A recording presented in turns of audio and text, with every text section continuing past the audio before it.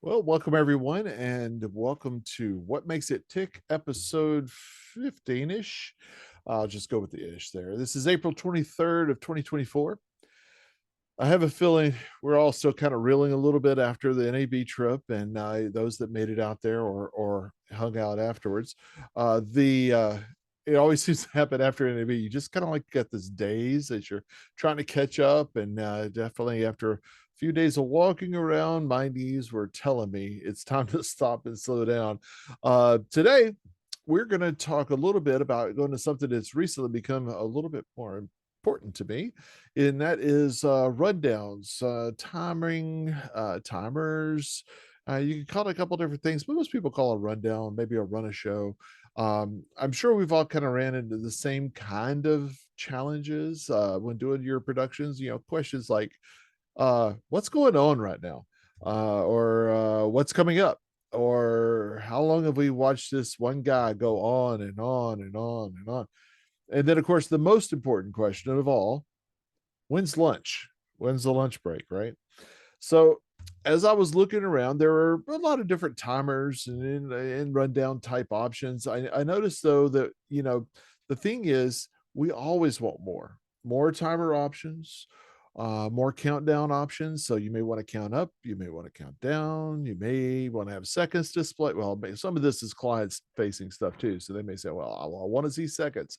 I don't want to see seconds. I don't want to see hours. I do want to see hours. So you kind of have to have a lot of different options and variables there. There's no one all be all, apparently. So the more display options in general, that's definitely a thing. More than just a timer view, too, is what I was finding I wanted. I wanted a timer view, but also kind of wanted a queue list of all the different things that are in the day of for the run of show. And then there was always the and then the final thing that I wanted, control of other devices. So that's where it really got interesting. I tried to find and create a full top 10 list, but I ended up one short. I ended up with nine. So we're going to go through these tools and kind of look at it and talk about it a little bit and see what you guys think. Uh, these are some that I found and been playing around with. My short list of what I was really looking for and kind of qualifying everything that I was trying to interview and look through. Number one, most of our clientele are using Google Sheets. So I wanted to be able to use a Google Sheet and use that as the first point source. So the very first thing that we import or we link to need to be a Google Sheet. After that, um, I would probably say the next thing would be easy to read display. And I kind of gravitate to darker backgrounds for some reason on just about everything I do. So I kind of look at if I see it in a white background, I probably don't even barely look at it as a qualified option. But darker backgrounds, customizable colors, so you can differentiate between different things. And then the last thing was multiple display options. So, like, if I wanted to see, like I said before, just a queue list or different timer view options that depending on which job their persons are doing, that they can see it. So I wanted to see different options that different people could view the timers. So not everybody needs exactly the same thing. Or technically, I wanted more people to have more options. I got spoiled by using one of the tools, which is On Time, and it just has so many different places that you could grab content and move it around. And it's just really nice. And then ability to display a temporary text line to the output was kind of important, either way that's a downstream, downstage monitor or a teleprompter for talent. So that is where I really kind of landed as my goals. So three, four different check off things. As we were just briefly talking with Lenny from VizRT, and he mentioned, of course, Mozart, Mozart, right? I make sure I got it right. Mozart, of course, is more of a newsroom automation. So I really wasn't looking at newsroom automation or something of that caliber. I was really looking more for event rundown and that type of thing in my list. Though, things could be adapted, and if I got my hands on it, I probably could figure out a way to make it work for what I wanted it to. Well, of course, tying into devices, that is what the news guys are doing. And of course there's Ross, I believe, Bo will forgive me if I butcher it, but I believe it's Overdrive still. I think that's what they're calling, or whatever their version of a newsroom software. As I was saying earlier, iNews was one that I was familiar with way back when. And then we were kind of making, there was another company, I can't remember the name of it, that was making an offshoot of it, that actually has been absorbed, I believe, by Ross now. But anyway, those are kind of newsroom specific ones. I'm thinking more event work. So whether it be productions, video productions, or just general stage productions, corporate productions, that kind of thing is kind of what we're really talking about today. So on our list, I'll go through the brief view of it. Number one, Google Sheets. Good old Google Sheets. Everybody loves them. Everybody hates them.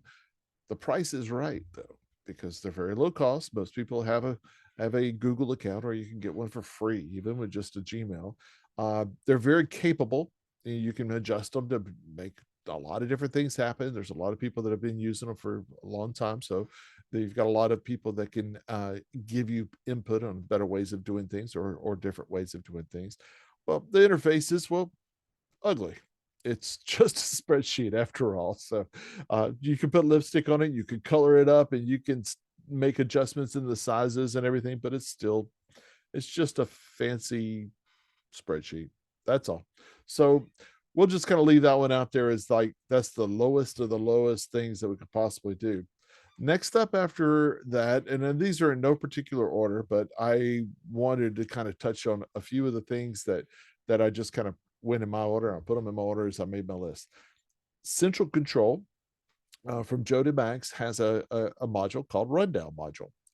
He was very inventive on the name, and so Central Control is a automation software, not really automation software, control software that allows this middleware that allows you to use different controllers and different options of hardware to control different software, and also hardware for that matter too. So it's a great middleware that allows you to do a lot of different things. And when you tie it in together, you could do a very powerful setup after you put in the time to make it work. So it's a one-time purchase cost.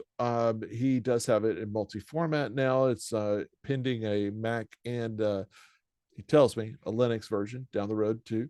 So it's can run on PC, Mac, or down the road Linux, but also all on one board. So it's a really cool way of working with hardware and software.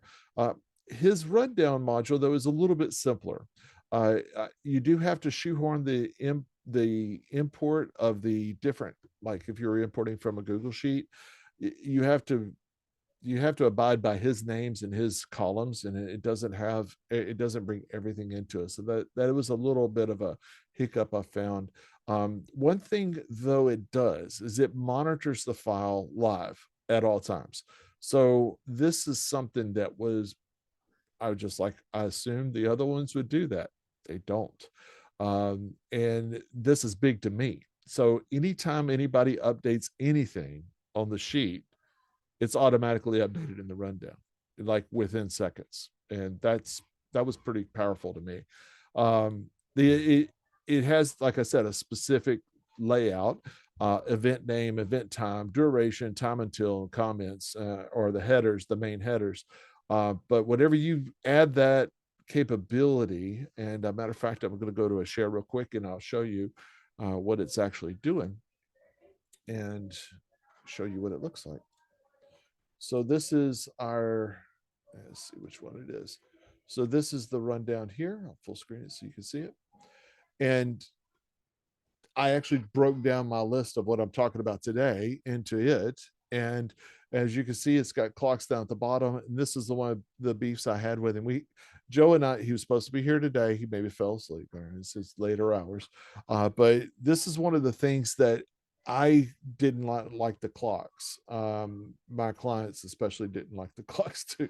So they wanted just simple clock time. And so the rotating circle around it was one of the things that was not acceptable in to be able to use this for a show. But for internal stuff, whenever you're bumping through that, if like I have this number one here, if I wanted to, right now I'm in automation. So if I just hit go and then I could go to the next, I could go to the next, and then it's going to do that countdown. I believe, yeah, I'm not sure if I can see everybody's there, but it shows when it started, when it's ended. You can do it by event time, by real time.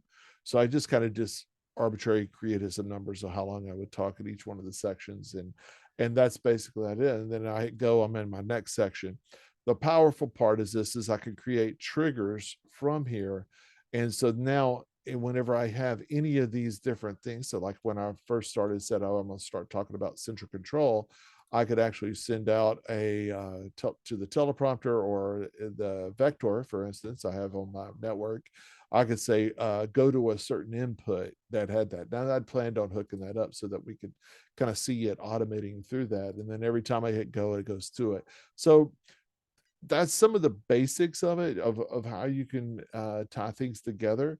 And it's really pretty simple. Like I said, as far as the Google Sheet interface, is this is all it was, is what how you build it so it matches up with everything else that it imports. And then if you wanted to go into it and do a refresh data, it pretty much will do it on time. But if I didn't want that one to be red, say for instance, wanted it to be light blue, click off of it, it's saved. It will come back, and there it is, just updated.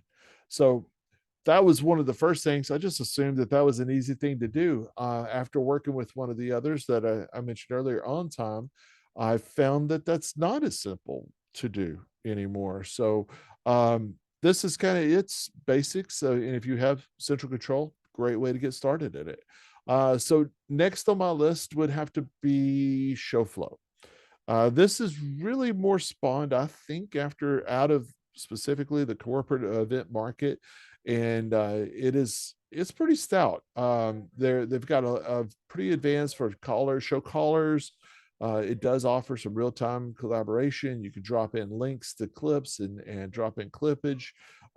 It does a lot of the automation of the time calculations and stuff, which is really powerful if you need to slip and slide things. It does have multiple outputs, multiple views. So this checked off a whole lot of the things that I wanted, until I got down to some of the bottom things. And then what I remembered also, import export shows, CSV, the ambiguous CSV. And then this is the part that kind of threw me off: request pricing. And it explores plans starting at $950 a year. So that may or may not be in the ballpark of what you want to spend. I personally think that things could be a little less than that for my use, but if it's being used all the time, but that's kind of steep in my opinion.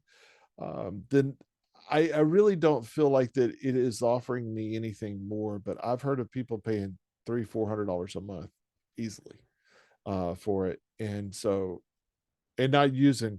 And that's the other thing too, is like if you get a tool, you want to use it, but so many people don't use it to the extent of the tool, right? So because you like what I'm running into is this studio work that we're doing now is like, yeah, they're coming in with different Google Sheets that are completely formatted, completely different, every single one of them, because that's coming from them. So we're working on kind of standardizing that Google Sheet layout so they could fill in the Google Sheet. Sure, it's same content, copy and paste it into our format so that we can import it easily. So if your tools don't have that capability to map it. Now, the what I found is the ones that do have the CSV mapping capability, a lot of those or import capability, a lot of those have mappers built in. So you can say, I want this column to be this in this program. I want this column to be this in the program, but it's not live. And that's where I keep coming back to the thing I wanted is once I got spoiled by Joe's implementation in central control, I was spoiled. I was like, what do you mean it just doesn't update? I don't understand. Why doesn't it update? Everybody should be just looking at one document. And then that when a document's edited, it should update. Simple, right? All right. So next on my list, let's see. I believe the next thing on the list was going to be um, show flow we talked about. So the next thing on the list would be queues. Okay. So Q's is a new one to the market. It's Q's.app, and it actually has a pretty interesting layout. I like a lot of what I saw in it. Let me show you that screen. The the thing about it that kind of that intrigued me was a friend of mine told me about it, and I love the colors and the ability to adjust it and things like that, and the collaboration side of it.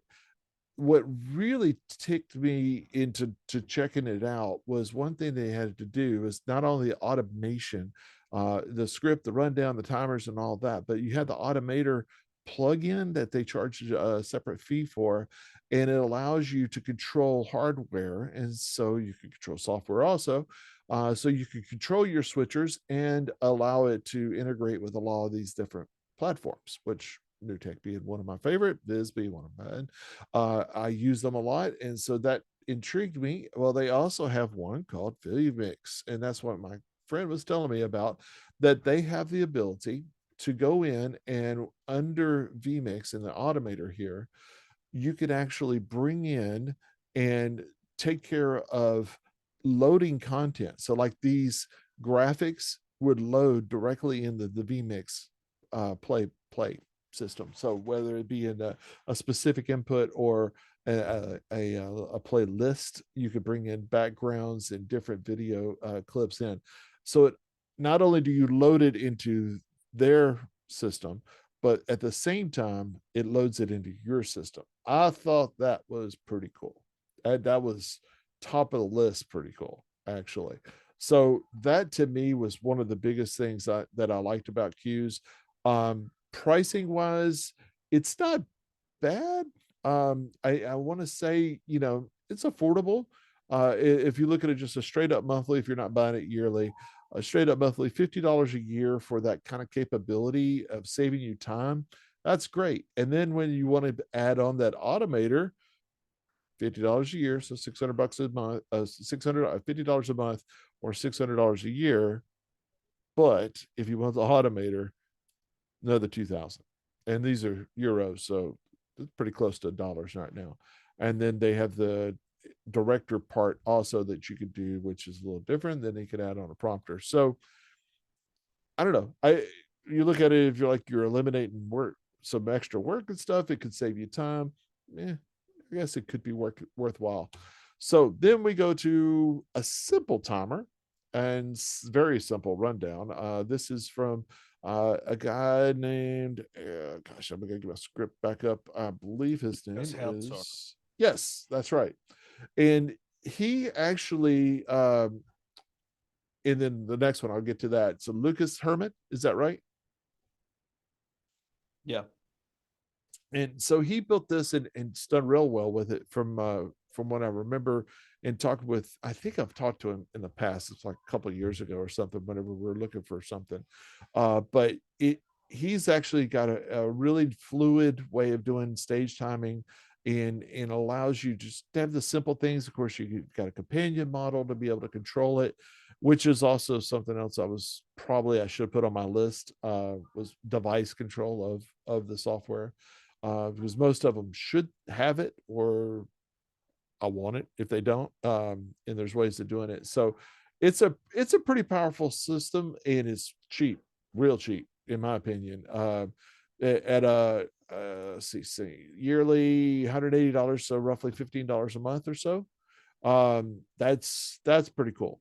And then you can have multiple users added into it, depending on how much you need to do.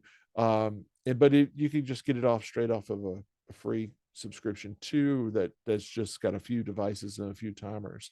But all the cool stuff happens in the pro and then the premium especially. um, I think that this would definitely be for more the, not really the orchestration side, but really more just for general timing use. And then this is an example of what they use for importing. As you can see, again, a template that will allow you to get into their system easier, and then that kind of gives you an idea of what their rundown will look like. It's all kind of the same things, depending on if you have multiple crew members that need to be part of it, an audio section, a lighting section, video section for notes, or what have you. So that's kind of the basics on that. And then right behind them, hey, these guys, right? These guys, Rundown Studio. I was like, wow, that looks familiar. Uh, Turns out Lucas and another friend of mine, well, Lucas is not my friend, but John Barker is, and proud to call him my friend. They've collaborated on this and built this system out. And it's really nice. I kept looking at it. He was on office hours one day, and I've been looking at it really hard and stuff. It's just started though, so there's a lot of things I think they need to add into it. But the basics of timing and doing a rundown and making it easy to distribute different looks, different types of displays works out really well. Pricing, great. You know, it's $50 a month, pretty much on the same edge as everything. They created this, for what he remember telling me, is they created this because they were tired of paying another one of these the kind of numbers that they wanted, and so they were like, oh, we'll do it ourselves. So that's how it always starts almost, right?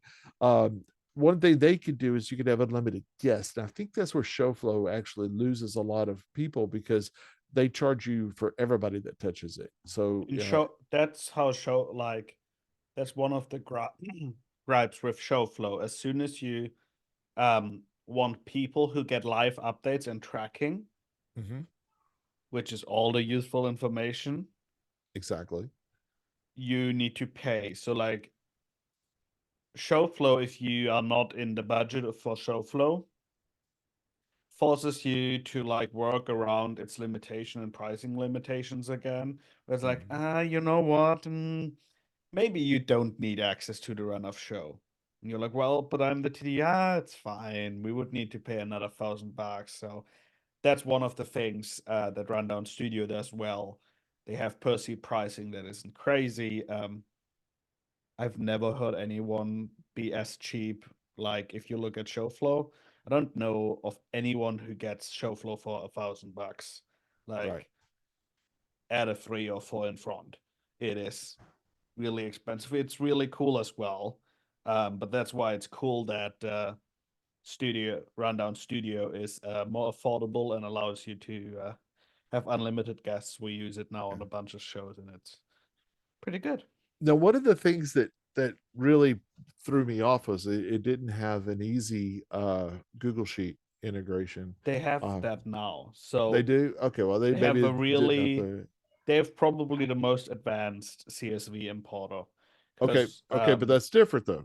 That's what I'm saying is integration with Google Sheets. I mean, I want a live Google Sheet to update the you rundown. don't want that. No, I do. You think you want that, but you don't want Google API credits to be spent. Well, you're like a That's typical what it comes software down to. developer. Okay, I understand what you're saying there, but I do, because this is the same situation I ran into this week. Today, literally today. So we're getting it, and we're not doing it real time because we're using on time, which I'll go back to in a minute. We're not getting a real time update for the Google Sheet. We have to hit import whenever it's time to do it. But it does sync at that point in time, but it doesn't do it live like Joe's system did. Uh, but she wasn't telling us she was updating it.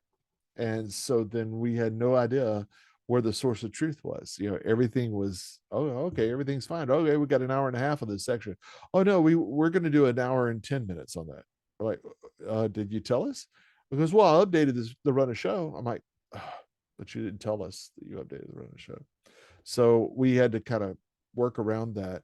And that's where the CSV thing, I don't know. I just feel like that's so, I don't know, like I'm picking out a stone and a chisel and trying to go way back in the history of doing that.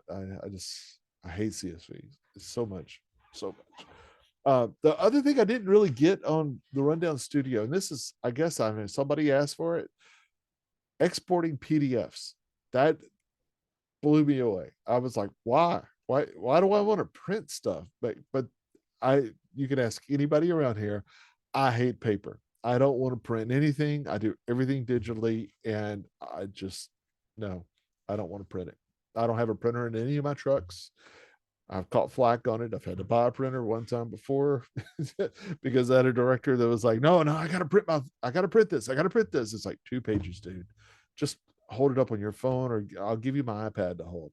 But yeah, that was one thing. Exporting PDFs kind of threw me. I didn't understand the point of that. So let's go to On Time. So On Time is the one I've actually been using the last couple weeks, and it leaves me wanting more. And so that's what set me down, or last about a month now. This is what set me down this path. On Time is an open source type. It's actually a pretty powerful piece of software. It does work. You can self-host it yourself in a Docker image, or install it on just about anything. It'll run on a Raspberry Pi or something like that. It's really, really matter of fact, we ran it on our router. We ran it on our Peplink router. I didn't know it was running on that until later, and then Brandon told me it was. Oh yeah, I'm just running that on the router. I'm like, okay. I found it because I was running it on our processing engine, or Sienna processing engine. It's a module in there. You just turn it on, and then I clicked on the button, and poof, there it was, and that's how I learned it. But it is, I like a lot of the things that it allows you to do. It does have a companion module, so you can do a lot of crazy stuff with it.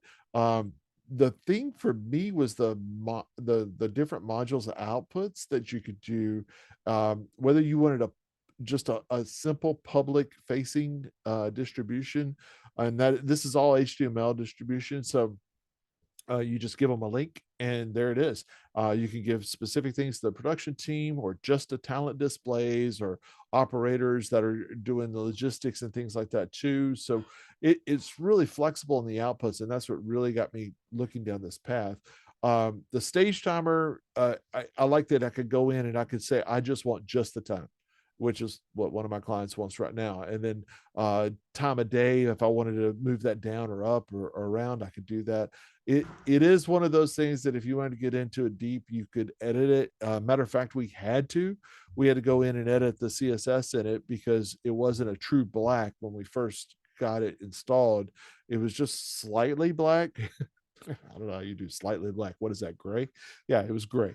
So we couldn't key it well. And so we couldn't do a Luma key on it. So we went back and Brandon dived into it and jacked it up to make sure that it was a true black. And then we were able to get a key off of it. But then other than that, that was one of the things on the looks of it. You can adjust it and make a lot of changes in the looks if you want to. Just got to get it deep into the code side and the CSS side. But the production data, as you see here, like for the this is like a backstage view. So if you had a monitor backstage, it just general glance at it. This is what's going on. This is the time situation on it. And at the same time, these are the other hits, or these are the other parts that are coming up. And then for the production staff, one thing I really liked about it was, full cue sheet, similar to what you would normally want to see in a rundown, both with everything from the times in it, the what you're doing, and then you would have cues that you could add into it, like lighting, video, audio cues, things like that, which turned out really, really handy. And then this is the operator view, which we use probably that in the cue sheet the most. And then in the operator view, you could tell it, I want to see the cues for the audio. So I could hand one that's just specifically for the audio guy. He knows all it, and all his cues are underneath it in each one, depending on how elaborate it is and how, like some of our things we're doing now, they may have an hour and a half block. So we only might have one or two cues in that. And then we have another one that has a cue after cue after cue after cue after cue. Those are broken down into smaller blocks. And so it really has become kind of tricky. It's like I needed almost 3 timers running earlier yesterday, because we needed an overall block of what it was running, and then also the time running of this section within the block. And so kind of got a little complicated and stuff. But these guys, I've emailed them a couple of times, and they've had a really good response to a couple of the features that I asked for. But those are that's the on time thing. And like I said, it's HTML. So I take the HTML, stick it in the processing engine, or it's actually already there. But then I bring it into the processing engine, the CG engine. that's in it, and then I send out an NDI for each one of these outputs that I wanted, and then the NDI goes into our multi-viewers. It's right there in our pane of glass, and we can actually bring those multi-viewers across, as we're doing now with NDI Cloud, bringing those across to our local studio too. So I've been really Sorry, did you just say you convert a HTML page into an NDI feed to yes, downlink it to a studio? yes, because it's coming through a specific multi-view. Yes. Okay. Go ahead. Why does that? Well, no, go ahead. Ask me why, Jonas. Ask me why. I mean, how much bandwidth could you save by just doing HTML? Like, Well, I could if it mattered, but we have a gigabyte on either side, so it doesn't matter. No, most of our but think of it too in the local. Okay, so the real reason also was it's an NDI source now, and anywhere on the network, on their local network, they could pick it up. But it also is coming here, so anywhere here, I could pick up the same thing. And I don't always want it in a browser. Sometimes I want it in a multi-view, and the multi-view is video input source. The video inputs happen to be NDI. What we're So seeing here is a difference in 2 generations. Let's move on. maybe so. Maybe so. How many monitors do I have on the wall? I want to fill them all up, right? Yeah, it's just a matter of am I going to look at a computer monitor or am I looking at a video wall, right? Does that make sense? well, yeah, I'm just saying if I had a choice, I wouldn't do it this way. Because like on a rainy day, you'll hate yourself for using what 30 mbits, 40 mbits to send down an NDI feed instead of using like, Oh no, it's only using like 5. oh, well done. Yeah, I mean it's timer data, so I don't I don't need 60 frames a second. So yeah, it's only 1080p 30, but I've got it crunched down to like 5 megabits. So and it still looks great. I mean, it's not a problem. And timing wise, it's also in time with everything else that's happening too. So if I was, that's another thing too, is like it's in time with all the video sources too. Well, with Stage Timer, I know they offer an alpha channel. Actually, when you embed that in a browser, that might be an option for Get On Stage Time Timer as well. also has a delay now. Like they had a issue for a long time with spectators and like when you produce a world feed for esports, Mm. we are almost always 15 to 20 minutes delayed. And the host broadcaster needs to make the delay and then gives it off to the other broadcasters. So when they had Stage Timer running, you almost could see that the game is over because the Stage Timer already was like, oh yeah, prepping for next game. So they added the possibility to add like 15, 20, an hour of delay to Stage Timer where it just delays it, and it's quite neat. That's one of the features that like for remote and these weird esports things is haven't seen on any of the others. Well, why would anybody be seeing the stage timer information though? Or You was it? share There's a couple esports where you share not only the feed but also the stage timer that comes down to like end of game, end of Oh, okay. segment and all Yeah. that, so people know when to opt in and opt out. And in the past they had to do the conversion themselves. Okay, they just said to opt in, so we need to opt in 20. But Oh, then they could already see that the game is over. right. And like that is so not John allowed won. that Yeah. Yeah, I can imagine that, especially in the betting world, that would be bad if they're being betted on. Yeah, seeing the time, seeing the future. Um, as far as alpha, yes, the I could get alpha through. That was one of the questions I sent to On Time was is like, can we get something with the alpha? And that was something that we were able to do with HTML coming into, and we could chop it out. And it depended on which one of the modules. Not all of them did that. But that was something that I asked them, and they told me how to do it. So same situation. I just bring it into the processing engine, and then I could output it as a CG on top of anything that's a video at that point in time. All right. So after On Time, which right now it's kind of one of my favorites, so it's free. I got it. Besides Joe's unit, the other is going to be something that Jonas brought up: Rundown Creator. I felt old looking at this. I just did. I felt like it was, I don't know. I just felt like I was going back in time. It seems like it's been around for a while, I guess. I know I've heard of it before. Whenever you said it, I was like, oh yeah, that one. But the strength I saw in it was more like for running news, I guess. And more automation on the news side, not just event countdown stuff. But it had you could use scripting and printing of that, the teleprompter output, which is kind of nice. And then of course my old friends, got the new tech tie-in with the TriCaster already there. So being able to send commands and do things, I was like, that's pretty cool. And then one thing that just came out of the blue is like, I didn't know I even needed it, was a chat module. So you could actually message people as you're in the middle of a production, I guess, to open up things and maybe adjust timing and stuff without having to do other things. I guess that might be something that might be useful to some people. I did like that it works on a lot of different platforms and also devices at that point. And pricing wise, it's actually pretty affordable. So that was a pretty cool find.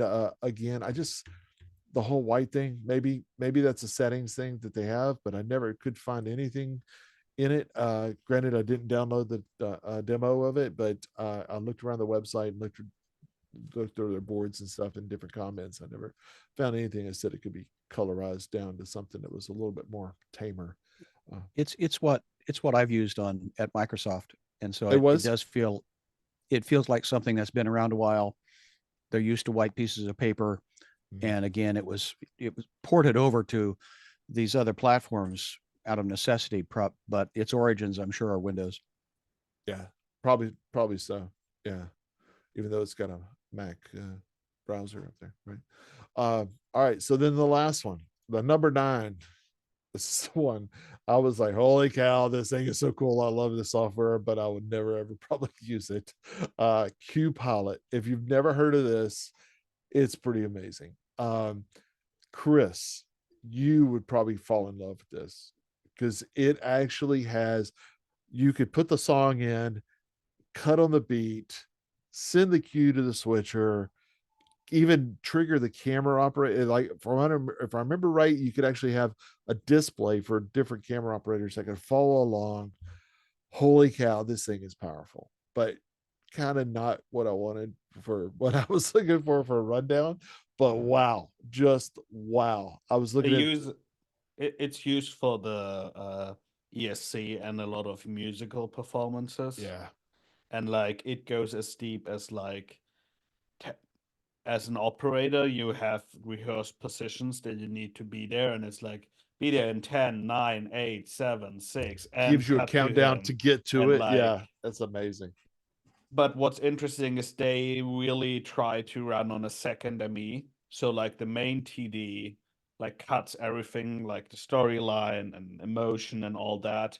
And then as soon as it goes into these crazy rehearsed showpieces for ESC, which really is just like all the countries showing off, like literally they work on their pieces 2 years out, and they don't know what the song is like for 1.5 years while they work on it. So it's really just show off, and this triggers a lot at the ESC. I was pretty amazed. I mean, MIDI tracks, which MIDI, wow, that's definitely going back, but OSC capabilities too. I mean, that was pretty cool. Then I clicked the button. Holy cow, right? Yeah, I was like, all right, that's a lot of stuff. Boom. Besides, get a quote, 549 euros per week. Yeah, that's pretty steep. But if you need it, boy, there it is. There it is. Well, and I love that they have a program for support is actually Bob. No, wait, that's the email. I'm sorry. I just thought that was kind of fun. But again, if this is replacing a personnel, you're not paying taxes on this Yeah, I don't know if it's actually replacing personnel though. I think it's more so of is actually doing it's tightening up that personnel.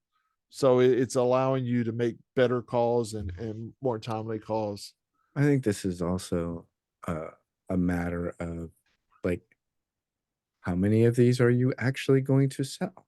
How many people Sure. need that level of integration? And to be clear, Jonas, when you were saying ESC, you mean the European song, the Eurovision Song Contest, right? Yes. Yeah. So that's a highly specialized thing.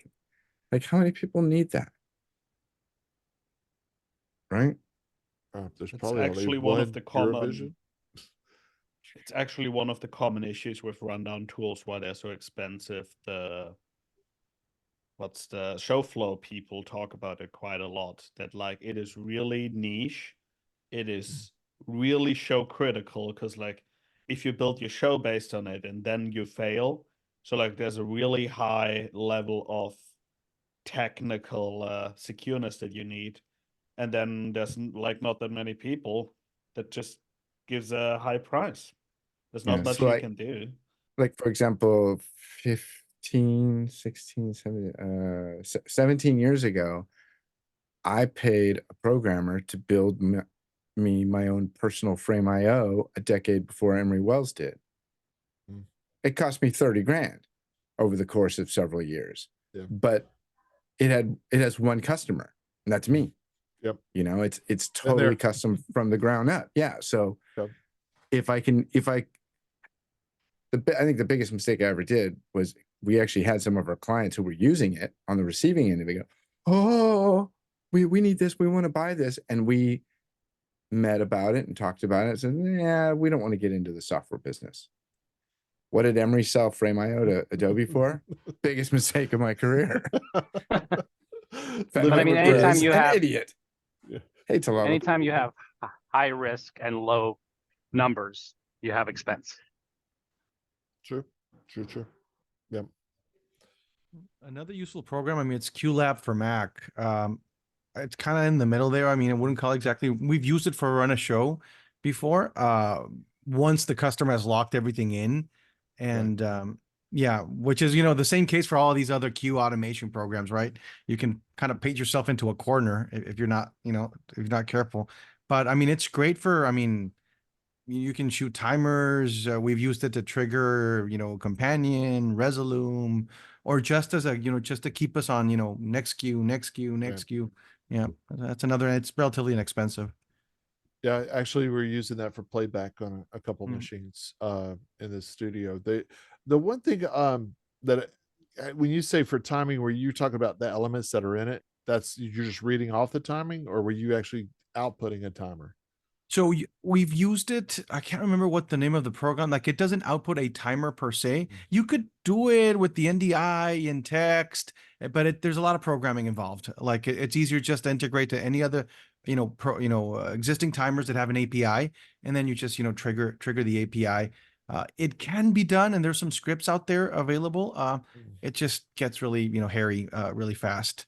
Other things we've done in the past is if there are timers, we had like pre-rendered timers, like 60 minutes, and then we just cue them, the movie at a certain point in time, and you can do NDI and all that sort of fun stuff. And throw it down. Yeah, I've used QLab quite a bit on and off over the years, using it more recently.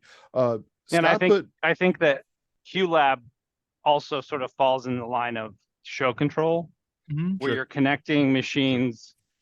You're connecting machines across the production. I mean, in my world, we use that a lot more than something like, just outputting information to a bunch of people. But we connect the projection design, the lighting design, the video design on time code or just on called queues. True. Yeah, and then that's how I used the first time I was using QLab was firing off. Let's see, how did I do that? I was firing off a video, playing on an LED board. This is for my sons coming out of their bear for their for the football stuff. So I was firing off the LED board, firing the video to that at the same time, sending ArtNet firing off CO2 cannons, and also playing an audio track, audio and video together. And then at the very end, firing off the CO2 cannons. And then we also had some lights we added to it. So it was all within 2 or 3 different cues. So yeah, and then if you have a song that's actually playing on a track and it's not being played by humans, and that's outputting time code, yeah, it'll hit the cue every time. Yeah. And that was exactly what I had to orchestrate, was to make it repetitive of exactly what happened. And they still would screw up the cues, but kids are kids. But one thing Scott brought up was Media Shout. Really? Media Shout? Well, again, I mean, I guess so. Or the renewed vision. It often used in churches. Yeah. I'm familiar with Media Shout. Yeah, volunteers, sure. And it's a low barrier to entry. To Chris's point, if you're only going to need one thing, and to put the music guy puts his thing in there, the pastor puts his thing in there, and then whoever's running the slides put their slides in there. So that's how they've generated that multi thing, and I like the concept. But as soon as you started talking, I realized, my corporate events have been using not the big fancy software recently, because I was the one that was managing the run of show. It was on Google Sheets because it was simple. It was a spreadsheet that people, executives could understand at small words. So it was, unfortunately, that's what we ended up calling the show with. Yeah. But it doesn't have the robust features that these other pieces of software do. Yeah, along that same lines, the Renewed Vision, the ProPresenter, that's integrates with Planning Center, which is a volunteer sort of scheduling and planning app. And Planning Center can incorporate right into ProPresenter, so that you have sort of the rundown, but then you can also trigger things and have it equal what timing is and stuff like that. Yeah, I didn't even think. I'll be honest with you, I haven't been at church in a long time, but I forgot about both of those as options, because they do a lot of the same thing, because they need timers, they have countdowns, they have downstage monitor outputs, all that. There's so many weird little software that just exists in churches. Like my church uses Church Tools, which is super specialized for churches, creates rundowns. You can literally create automation with it, and schedules your volunteers. Yeah. A lot of those custom things that were done just because somebody needed it at that point. On the orchestration side, I know somebody around our group here that likes to automate and make everything talk to everything. So Greg, what have you calling you out, what have you found that you want to do in this kind of situation? Because I know you like to do your programming thing. Well, no, I mean, as far as keeping everybody on the same page, I'm a Google Sheets guy. I love it. It does update in real time, like central control stuff does. Somebody makes a change on the sheet, I see it. We can limit who can download it, but then again, anybody can download it if we choose. So there's no special software required. A lot to like there. But yeah, it's just a matter of keeping everybody on track. I mean, I don't run anything that choreographed, in the corporate stuff that I touch. And, for sports, I mean, the rundown for sports is segment 1, period. Yes, I know. Open, hi, we're here. Let's look at some highlights, announcers in today's show, and out to live action. And then you just throw everything else away at that point. So we all know how that goes. But yeah, for the corporate and medical stuff, I mean, seriously, Google Sheets is fine. I just kind of need to know who speaks first. Does he have presentation material, the order that everybody needs to go. We've all agreed on this ahead of time, and all of a sudden, Johnny jumps in before Steve's turn. Steve gets really bent. So it just keeps, me as a TD or a director, making sure everybody's got their ducks in a row. And again, it's to Sky's point, it's simple. You can't mess it up. And there it is. So, and you know, a lot of the eye candy, we do a lot of that. I mean, like I color code, you know, full screen videos, you know, that we take as a package in a big yellow bar, you know, and if it's just slides, they're, you know, light green. And if it's audio cue, then it's blue, you know, so we use Make visual your system cues. off of Yeah, visual right. I colors. mean, it's just stuff that, you know, I did used to work at a news station ages ago in the 80s, and they had kind of a colored thing, and it's still stuck up here. I can't get rid of it. So I'm still using their color code from WFLA in the old days, when the teleprompter scripts were that, you know, 9-part carbon that they would type out only on one half of the page, and then they tape the pages together on a conveyor belt that slid underneath the camera. I mean, that's how we used to do prompter back then. And, you know, you need to take out a story. Some guy's frantically, you know, pulling this page, the tape off this page and sliding everything up to close the gap. I mean, good times back then. That was that you were still making CSVs with the chisel, right?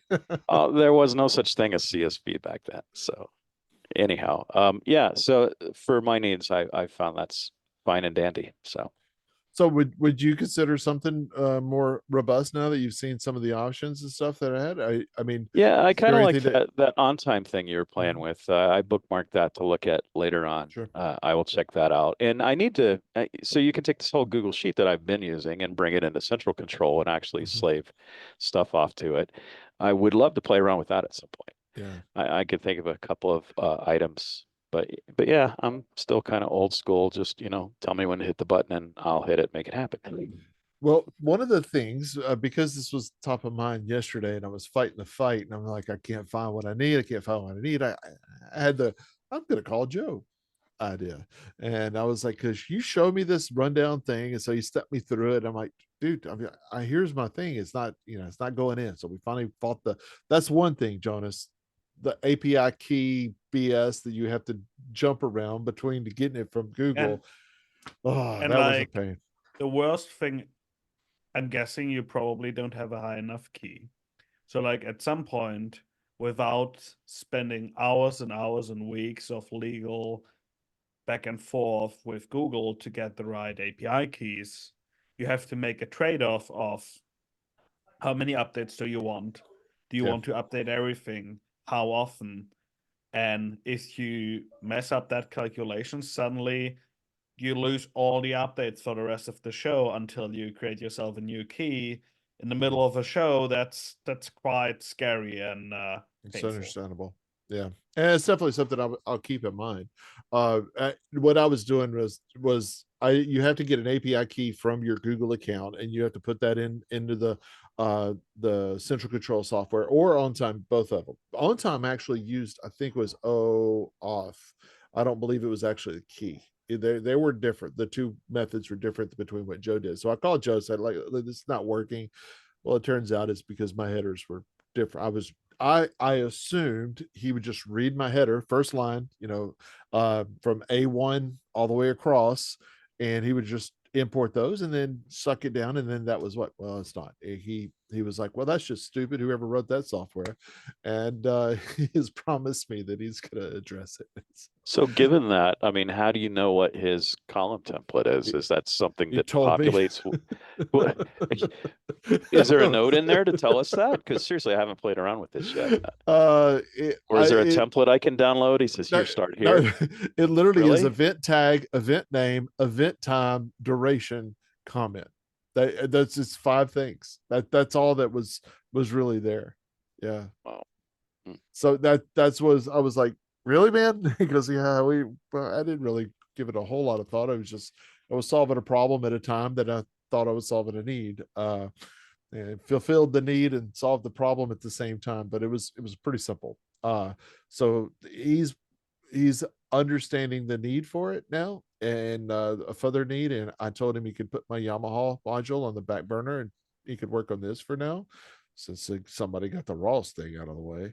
So now that we're gonna he's gonna have a little extra time. He's gonna hopefully come up with something a little bit more creative and working together, especially the point of loading the content. To me, that was like, okay, that's pretty cool, because if you could drop that in whether it's a Dropbox, a Google Drive, whatever the link is, and then have it automatically suck it into the player, that's cool. When Jonas said you don't want that, Jonas, can you explain what the pitfalls to having it automatically updated from the Google Sheets would be? One, the API connection. Google a while ago made a change that basically everyone now makes, there's like 3 softwares who don't make you get your own developer account. Make sure that you get your own API key. Now you're a developer who needs to manage an API key, which most of you probably don't want to do. And then at the same time, you not only need to manage that API key, now if you have an issue, now you need to go into the console, make sure your limits are correct. All that, and at the same time, I found if you have truly disjoint workflows, like your production team works in this one software, and the client never views it there and works in Sheets, like that's a recipe for disaster. Because like at some point the client is going to be like, oh yeah, no, I put it in there.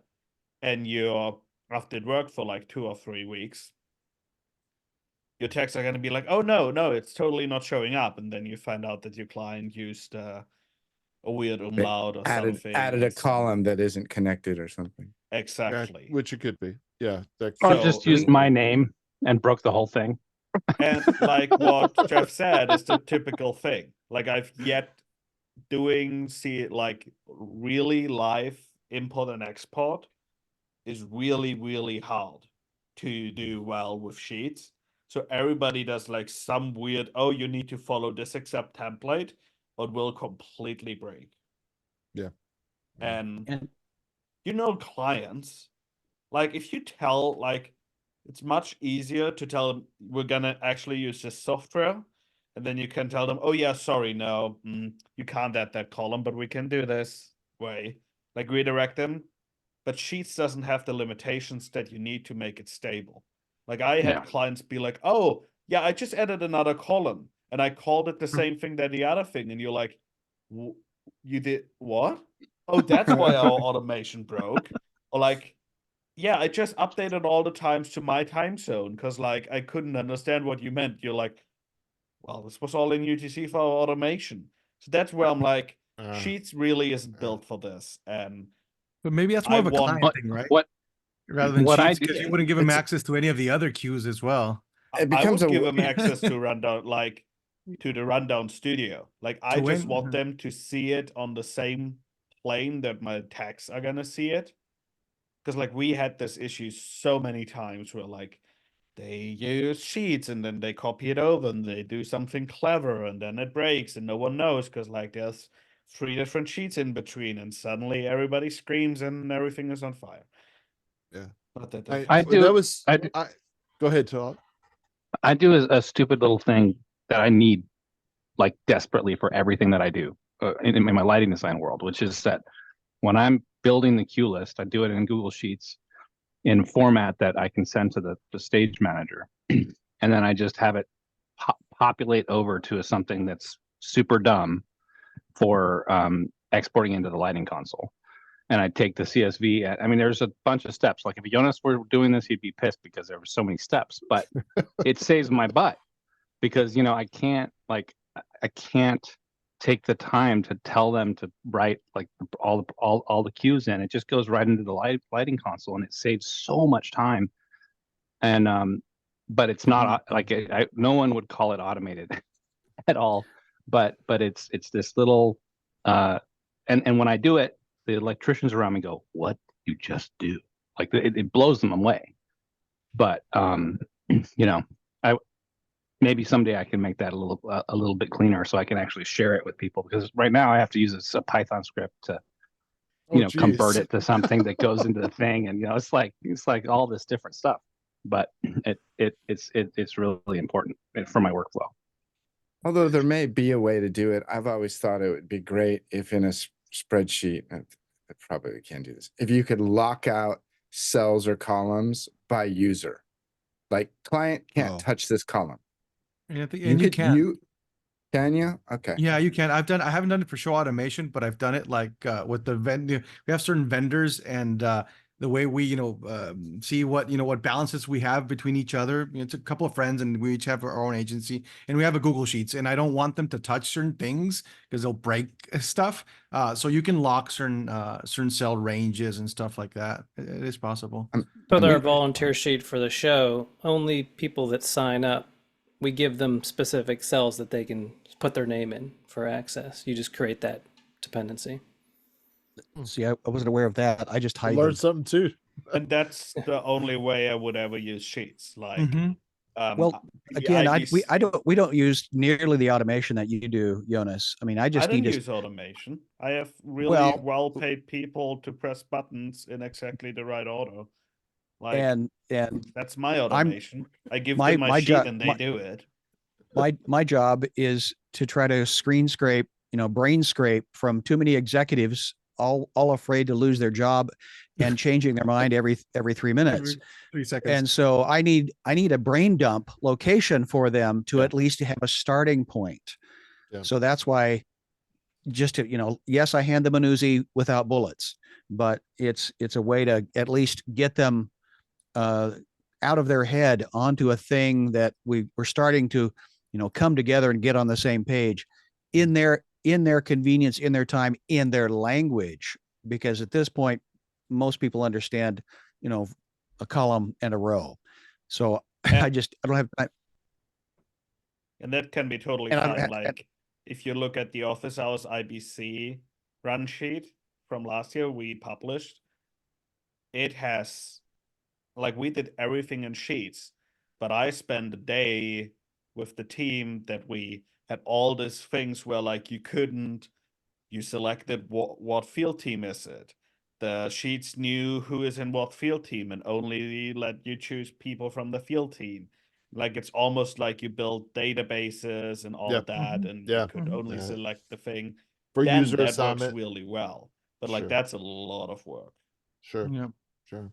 And that's what I mean, I know there's a lot of people that are really fluent in using Google Sheets. I am not one of those, but I'm probably a little bit more than average, but I'm probably closer to the average, I think. But it was always one of those things is I've just used it because it's there and it was easy. And I know there's a lot of people that I've seen some of those rundowns that have been Google Sheet based, and I'm like, oh, that's pretty cool.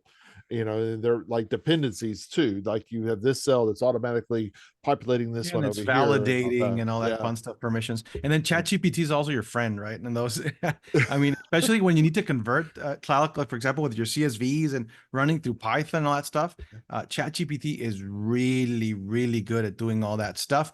And it'll spit out the Python code as well if you need it. But it's you can. It's an interesting idea. I should try that. Mm-hmm. I have especially with the data science mode. It's really good at managing data, CSVs, and Python scripts. And it can run the Python script. So with that mode, you can upload it and tell it, hey, do X, Y, Z. And when you say mode, are you like telling it a prompt to turn a mode on, or what do you mean by mode? GPT-4 should have that mode automatically, but you should also be able to force it into the data science mode, and then basically they spawn a VM for you that has Python on it that allows you to upload and download files. Then it can actually run code against it. So I see quick visualization, we do that. I can see the brain already going. Twalek's over there going like, what can I do? What can I do? No, it's crazy. You just tell it, I need it in table format. I need it this, and that. Swap this thing over here, export it in CSV or in Excel. Just to visualize data, it's amazing. Like right now we're charging a customer a good chunk of money just to go through their web page analytics. They'll dump their analytics, and I guess they're not, they don't have the time to go through it, and we'll just derive insights and visualize data with ChatGPT. And it's just a couple prompts, and you get these really amazing graphs, and you manipulate you can do some really wild stuff. It's very quick at making data not secret anymore, right? Yeah, completely. Completely. And if you go into the back or the API, the back end, instead of going to ChatGPT, if you go to platform.openai.com, you can create your own agents. And now you go very specific. Instead of chatting with the application, right now we're generating contents and articles based on a Google Sheets document. We type in the title, we type in the keywords we want to optimize for. The agent picks it up, spits out an article that's SEO optimized in a documents page. And again, it can get really crazy, but super helpful, at least for our kind of workflow. I mean, if you need to convert formats from one thing to another, it's pretty cool. And GPT agents, we could do a whole hour because a whole hour on that. Yeah, I downloaded all right. So that's coming up. Scripts. That's coming up. Put it on All the right. list, Jeff. Yeah, Put it on the list. It's there. I've already got it. Okay, so we're going to wrap up today. We're already over time, but we are going to have an offline conversation for just a few minutes. Thanks for all for tuning in today, and I'm going to stop the recording now and get this thing started to download so we can get it uploaded.